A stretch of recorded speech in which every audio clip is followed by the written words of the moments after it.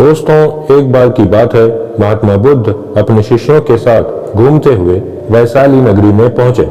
वैशाली को उस समय 16 महाजनपदों में एक महत्वपूर्ण जनपद माना जाता था, जिसकी ख्याति दूर दूर तक फैली हुई थी। यह नगरी परम वैभवशाली और हर तरफ से संपन्न थी।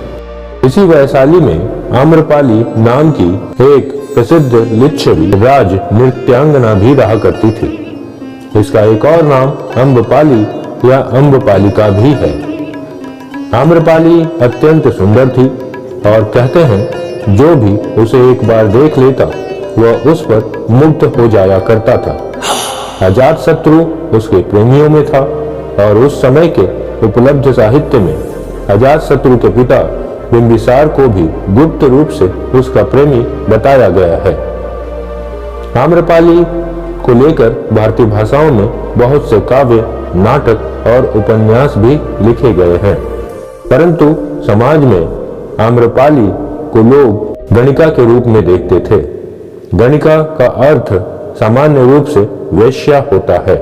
महात्मा बुद्ध के आने की बात पूरे नगर में फैलते देर न लगी, जिसे जब पता चलता वो तभी उनसे मिलने पहुंच जाता और उनके उपदेश सुनकर खुद को भाग्यशाली समझता। बुद्ध का चरित्र ही ऐसा प्रभावशाली था कि उनसे प्रभावित हुए बिना कोई रह ही नहीं सकता। उस नगर की गणिका और राजनर्तकी आम्रपाली भी बुद्ध से मिलने की इच्छुक थी।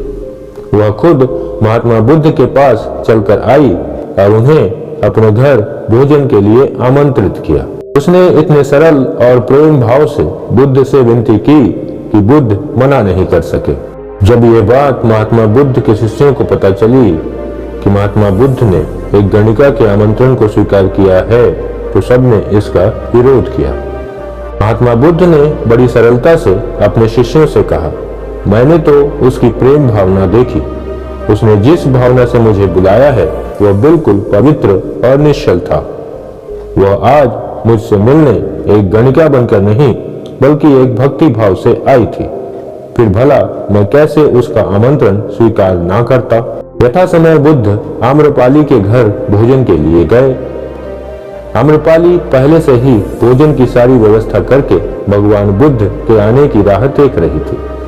मन में यह विचार भी आ रहा था कि कहीं बुद्ध अपनी बात से मुकर न जाएं। इतने बड़े सन्यासी भला क्यों एक वेश्या के बुलाने पर उसके घर आकर भोजन करेंगे। परंतु जैसे ही आम्रपाली ने बुद्ध को अपने घर आते देखा, उसकी प्रसन्नता का ठिकाना न रहा। वह दौड़कर दरवाजे पर आ गई और उनका स्वागत किया। उसने खुद अपने हाथों से भोजन परोसा और उनकी आवभगत की। महात्मा बुद्ध के शिष्यों ने जो उनके साथ आए थे, जब एक वेश्या को जिसके कदमों में खुद सम्राट बिंबिसार से लेकर अजातशत्रु थे, पूरी वैशाली जिसकी एक झलक पाने के लिए तरसती थी, उसे एक सन्यासी के लिए ऐसा व्यवहार करते देख बुद्ध के शिष्यों के मन में अपने गुरु के लिए सम्मान और ज्यादा बढ़ गया। आम्रपाली ने महात्मा बुद्ध के व्यक्तित्व के बारे में जैसा सुना था, उनसे मिलने के बाद वह उससे ज्यादा प्रभावित हुई और उसी समय वह बुद्ध की शरण में चली गई। अपनी सारी संपत्ति वह बौद्ध मठ के नाम करके आजीवन भिक्षुणी बन गई। दोस्तों, हमारा व्यवहार और व्यक्तित्व सिर्फ हमें ही नहीं बल्कि दूसरों को भी प्रभावित करते हैं। एक व्यवहारपरक और अच्छे व्यक्तित्व का व्यक्ति समाज में आदर और प्रतिष्ठा प्राप्त करता है। महात्मा बुद्ध के इसी व्यवहार और व्यक्तित्व ने एक गणिका के जीवन को पूर्ण रूप से बदल दिया।